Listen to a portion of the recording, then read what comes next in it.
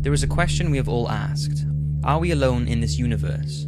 Well, despite our ever-increasing technology and knowledge, we do not have a definitive answer to that question. Now, there are two very strong and popular signs of believed alien life, and that is the WOW signal and the Black Knight, but I have already mentioned those in previous videos, so here are 5 of what people say prove or strongly suggest that we humans are not alone. The link between ancient Egypt and extraterrestrials has long been discussed, and we are all familiar with the speculation about alien intervention when it comes to the Egyptian pyramid design and construction. But whether you believe in that theory or not, there is one thing that people swear shows strong signs aliens did visit Earth during those times: the Egyptian hieroglyphics, which are literary characters in a symbolic alphabetic form of writing. And one of the most interesting discovered hieroglyphics that many say has links with extraterrestrials is the 2,000 to 3,000 year old so-called Abydos helicopter. It was found in an ancient temple that was built by Seti I and his son Ramses II in Abydos, Egypt. Now, looking at it, what's the first thing you can spot? Well, there's no denying that this looks like a helicopter, this looks like some sort of boat or yacht, this looks like a ship of some sort, and that looks like what many say is a futuristic ship or glider. So this was found on a stone slab that was supporting the ceiling.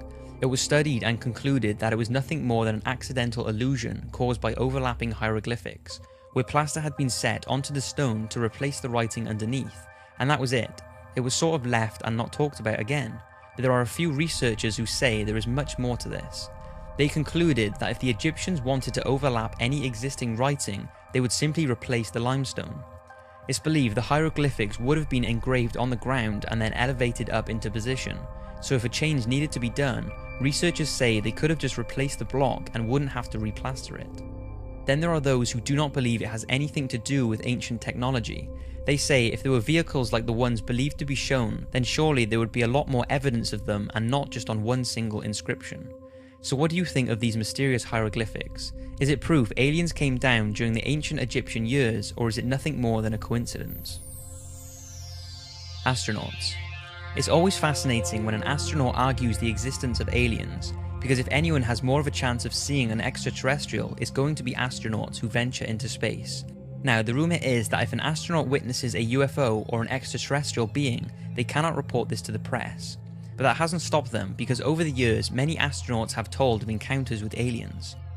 In June 1965, when astronauts Ed White and James McDivitt were passing over Hawaii in a Gemini spacecraft, they say they witnessed a strange-looking metallic object with long arms sticking from it. McDivitt took pictures, but he said that it did not capture what he could see properly due to the glare and the grubby window. The rumour is that he also took a video, but this has never been released. McDivitt has said that some UFO promoters did exaggerate the story, but debunkers did also underestimate it. Another sighting by astronauts happened in December of the same year. Gemini astronauts James Lovell and Frank Borman saw an unidentified spacecraft some distance from their capsule.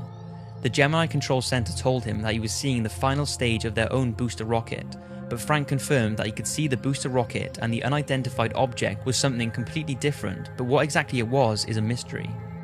Now, whether you believe Buzz Aldrin and Neil Armstrong's moon landing was a hoax or not, they both apparently reported that aliens have a base on the moon and were told to get off and stay off. According to unconfirmed reports, both Neil and Buzz saw UFOs shortly after landing on the moon on the 21st of July 1969. According to former NASA employee Otto Binder, unnamed radio hams with their own VHF receiving facilities that bypassed NASA's broadcasting outlets picked up the following exchanges. What was it? What the hell was it? That's all I want to know. What's there? These babies are huge, sir, enormous. Oh my god, you wouldn't believe it. I'm telling you, there are other spacecraft out there, lined up on the far side of the crater edge. They're on the moon watching us. According to former naval officer and Russian UFO researcher, Neil Armstrong relayed the message to Mission Control that 2 large mysterious objects were watching them after having landed, but the message was censored and never heard by the watching public. NASA's cover-ups. The fact that NASA conceal information from the public has led many to believe that they are aware of the existence of alien life. And one of the most talked about cases of a NASA cover-up comes from Dr. Edgar Mitchell. He was part of the Apollo 14 space mission in 1971, and during his 2 lunar missions, he spent 33 hours on the moon. Dr. Mitchell said that he was aware of several UFO visits during his career, but each one had been covered up. He said that workers at the space agency had described aliens as little people who look strange to us. Dr. Mitchell stated that their technology is far more sophisticated than ours, and if they were hostile, we would be gone by now. He is also told that the believed Roswell alien crash of 1947 was real, and the reason it was covered up was because the US did not want the Soviet to know of the craft's technology, and they did not know if the apparent alien being was hostile or not. Apparently, officials from NASA have commented on Dr. Mitchell's statements by saying, NASA does not track UFOs and is not involved in any sort of cover-up about alien life on this planet or anywhere in the universe. Dr. Mitchell is a great American, but we do not share his opinions on this issue. But Edgar continues to claim that aliens and alien craft are real and is positive that we are being watched right now. Another thing people more recently have pointed out is the International Space Station's HD live feed is often cut when objects are seen in space. In 2014, NASA allegedly cut the live feed coming from the Earth viewing cameras mounted on the space station just when a mysterious UFO appeared to hover over the Earth. UFO watchers claim that the drop-off in the live feeds as soon as a UFO comes into view is an obvious and deliberate attempt to hide what they believe are regular sightings of alien spacecrafts observing Earth. Some say this is the moon or a lens flare, and others believe it's an alien craft. Also, UFO watcher Toby Lund apparently spotted a UFO on the live stream outside the space station before the stream was interrupted for around 15 seconds. Needless to say, it's certainly strange that NASA cut the video when things like this happen. Maybe it's just a coincidence due to them experiencing technical difficulties, or maybe they know something that we don't. The size of our universe.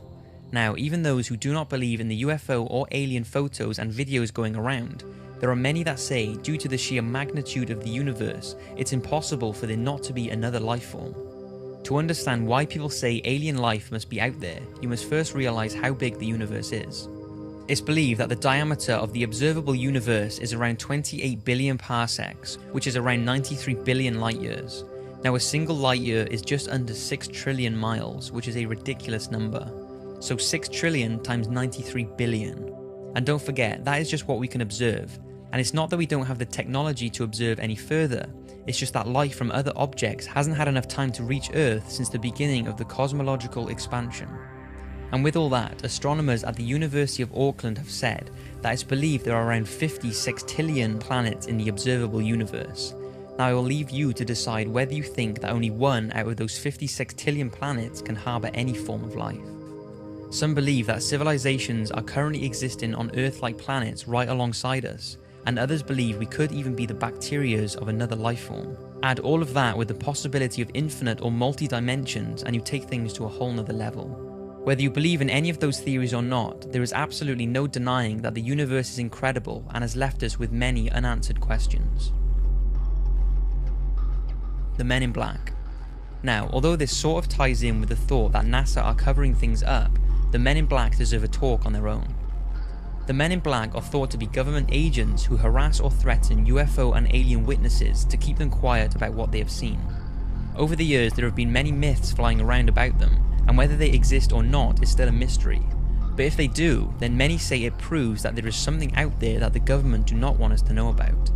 Now, whether their existence can be confirmed, there are tons of reports of people believing they have had encounters with them, like the one told by Dr. Herbert Hopkins, a respected family physician from Old Orchard Beach, Maine, who was studying a UFO case in September 1976, when the phone rang and a man identified himself as a representative of a New Jersey UFO organization. The man asked him if he could come to the doctor's house to talk to him about the UFO case. He said that he could come around, and after the call ended, Herbert got up from his chair to turn on the lights, and the man was already in his house walking up the stairs. Hopkins was so shocked at how he was in the house without knocking in such a short amount of time, and was even more shocked at the man's strange appearance. He said in an interview he wore a neatly tailored black suit, black shoes, black socks, a white shirt with black tie, and a black hat. He also told reporters that the man was as bald as an egg, and had no eyebrows or eyelashes. Herbert said he could tell the man was wearing lipstick, as when he wiped his mouth with the back of his glove, his lips were smeared and there was red lipstick on his glove. His voice was apparently passive, as if it was a machine, and they began talking about the UFO case when this strange man ordered Herbert to destroy all the evidence he had gathered about the case. He apparently got to his feet and said very slowly, "My energy is running low, must go now, goodbye," before steadily walking down the stairs and disappearing. Dr. Hopkins was left terrified and has no idea what happened that night. Another very unique case started on the 14th of October 2009, when two witnesses believed they saw a triangular unknown aerial object outside of a hotel, and a UFO case file was opened. Then, several weeks later, two unidentified men in black visited the same hotel looking for the two witnesses who saw this UFO. The two witnesses were not there at the time, so the men in black harassed the hotel staff for approximately 30 minutes before leaving. Those who spoke to the men said they were completely bald with no eyebrows or eyelashes. They apparently had relatively big, strange eyes and did not blink once whilst talking. Now, there is no real proof whether or not the video footage and reports are a hoax, or whether it really did happen and the men in black are out there trying to keep us from knowing too much.